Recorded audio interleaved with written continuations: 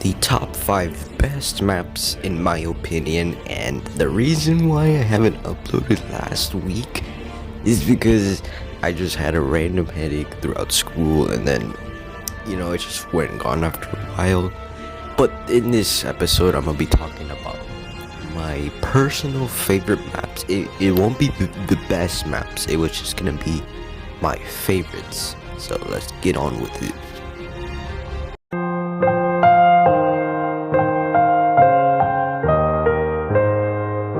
So, coming in at number 5, we have Horizon Drac. Now, it should have been higher, but listen.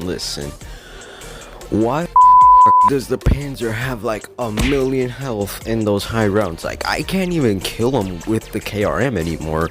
It takes so much ammo. It's just real annoying because every time I try to a high round attempt, it's always him that always kills me. So it's a good map, 4 elemental 1 weapons, the same thing from Origins, but they're just a little bad. Like, let's just like the fireboat, oh gosh, it's like real hard to make, but not even worth it at the end.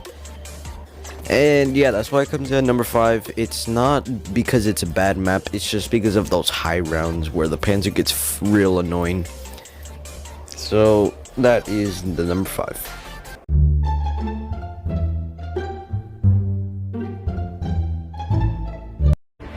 Now, coming in at number 4 spot, it is surprisingly Shadows of Evil. Now, hear me out. Shadows of Evil is a very good starting map. It's not for casuals, but yeah, for those pros. You could speedrun it, do everything.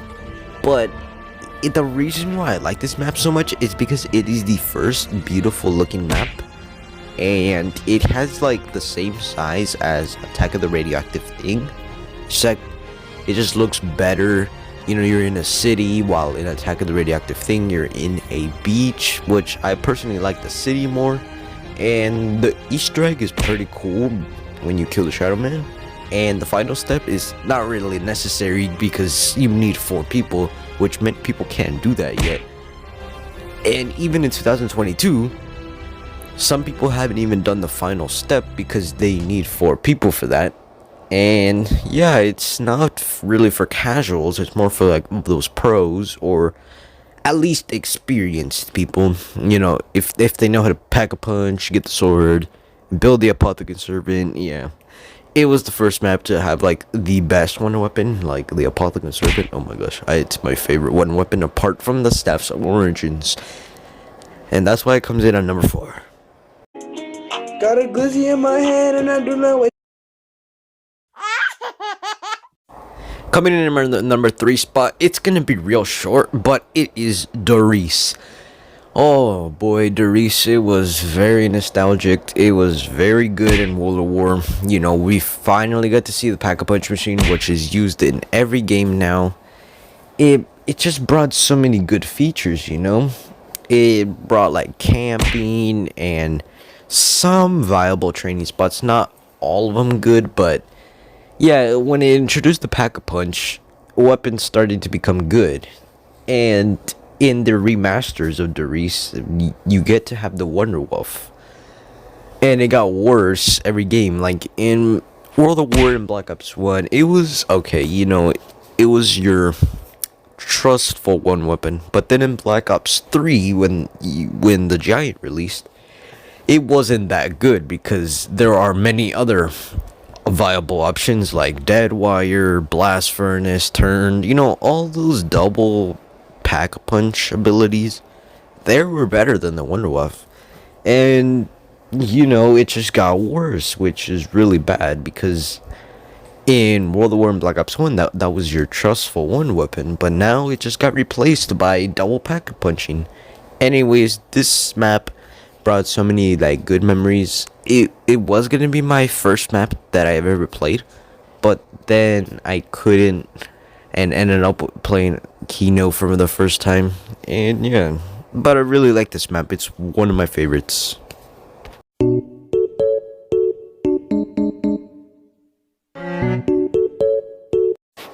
Taking it up a number 2 spot, it's going to be Gorod Krovi. Now, for being the last original map, it's very good because it brought so many good memories. You know, you don't get the craftable one weapon, you actually have to get it from the box now, and you have to get every code cylinder like Doris. You know, when you take the teleporter in Doris, you have to go back to spawn and link it. While in Gorod Krovi, you pick up the code cylinder and protect a graph module. And that's really similar because once you're done with everything, you receive Pack-a-Punch. But in Gorod Krovi, it's a bit different. You have to go in the dragon, or like on the dragon, just my grammar mistake. And then once you head to the hatchery, you get Pack-a-Punch. You know, it's very similar. And it also brought back the PPSH, one of the best guns to ever be in zombies. It has so many ammo. It does the same damage as basically an LMG, just a little less, you know. And it has very good mobility. I don't know if I said that already, but it has very good mobility. But then from the other map, you know, you get to fight dragons for the boss fight. It's just real cool. And yeah, even though the map is real hard and some people got to around 100, it's still one of the best maps to ever exist, and that's why it comes in at number 2.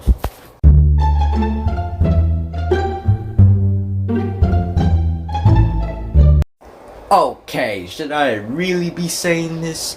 Taking it up at number 1 spot, it is Origins, my favorite map. Okay.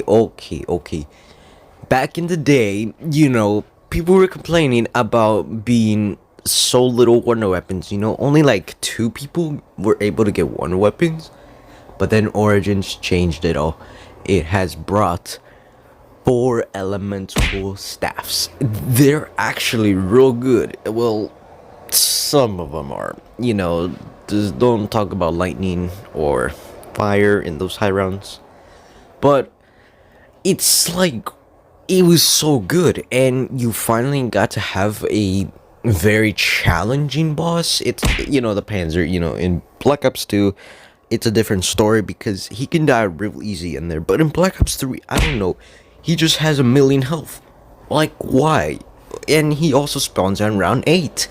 On Black Ops 2, I get a little nervous because all you really need is MP40 and Jug. But on Black Ops 3, I literally have to be running the whole map, buying like 2 clips for the MP40, and then he finally dies. And that was not really worth it because then, once I get the Fire Staff piece, then I just get stuck and die. But in Black Ops 2, it's a bit manageable because he has less health. Anyways, this map is real good. It was my favorite map. It was my first favorite map before I got Black Ops 3. My highest round here on Black Ops 2 was 83. It's just so good. I really like the Ice Staff, man. It's just so good. And yeah, that's why it comes in at number 1, because it's just real good. The story is real good. You know, we finally got to see the Pyramus characters. Yeah, it's just real cool. And it also came out in 2013, which is almost a decade old, which is kind of sad, but yeah. Origins, you are my favorite map. Alright, that is the end of the video. I hope you guys enjoyed that. I really did, because I get to talk about my opinion on my favorite maps, which I don't really get to talk about it much because no one wants to listen. But I really hope you do enjoy this video as much as I did. Just go ahead and don't do anything.